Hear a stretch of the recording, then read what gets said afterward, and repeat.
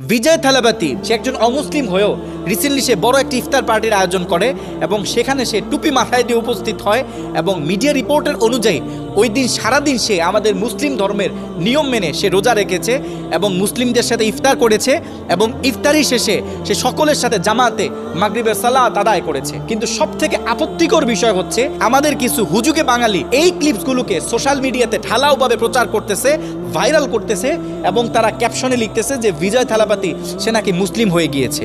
তারা যে রেফারেন্সটা দিচ্ছে সেই রেফারেন্সটা হচ্ছে ওই দিন ইফতারের আগে ওই ইফতার পার্টিতে একজন আলেম সকলকে কালেমা পড়িয়েছে, সকলকে দুরুদ পড়িয়েছে এবং আমরাও দেখেছি যে বিজয় থালাপাতি সে নিজে কালেমা পড়েছে, সে নিজে দুরুদ পড়েছে। আচ্ছা, একজন অমুসলিম মুখে কালেমা পড়লেই সে কি মুসলিম হয়ে যায়? আচ্ছা, একটা উদাহরণ খেয়াল করেন, আমাদের এই বাংলাদেশ হচ্ছে মুসলিমদের দেশ।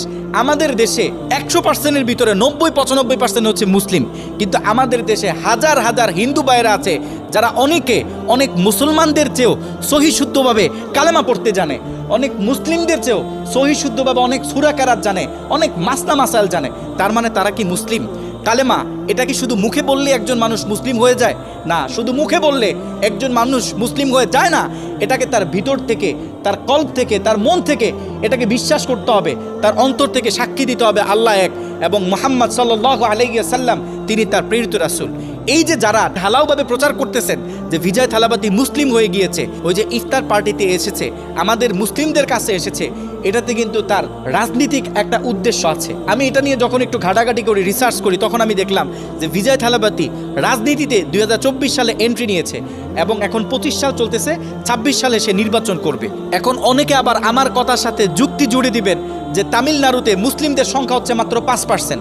মুসলিমরা যদি বিজয় থালাপাতিকে ভোট নাও দেয় এতে সে ভোটে জয়লাভ করবে, এরকম যুক্তি অনেকে দিতে পারেন। দেখেন, এই যে বিজয় থালাপাতি এই কাজটা করেছে কারণ বর্তমানে ভারতে মুসলিমরা হচ্ছে সব থেকে নির্যাতিত।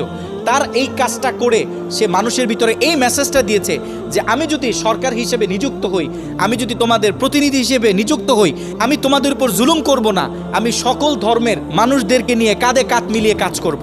এটা তার ভোট ব্যাংক বাড়ানোর বড় একটা কাজ, বড় একটা মিশন। সে কাজ করেছে, সে করুক, এটা নিয়ে আমাদের কোনো আপত্তি নেই। কিন্তু যারা এই মিথ্যাটা প্রচার করতেছেন, আপনাদের পায়ে হাত দিয়ে বলি, সোশ্যাল মিডিয়াতে গুজব ছড়িয়ে দিবেন না। মনে রাখবেন, আপনাকে যখন কিয়ামতের মাঠে উঠানো হবে, আপনার আমলনামাটা যখন আপনার হাতে দেওয়া হবে, আপনি দেখবেন যে আপনি আপনার জীবনে হাজারো লক্ষবার, কোটিবার আপনি মিথ্যা বলেছেন। আপনি বলবেন যে আল্লাহ, আমাকে যে তুমি 50 বছর 60 বছর হায়াত দিয়েছো, এতে তো এত লক্ষবার মিথ্যা বলা সম্ভব না।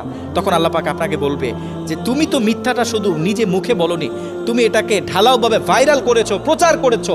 তোমার মিথ্যাটা হাজার হাজার মানুষ তোমার থেকে জেনেছে, ওটা তোমার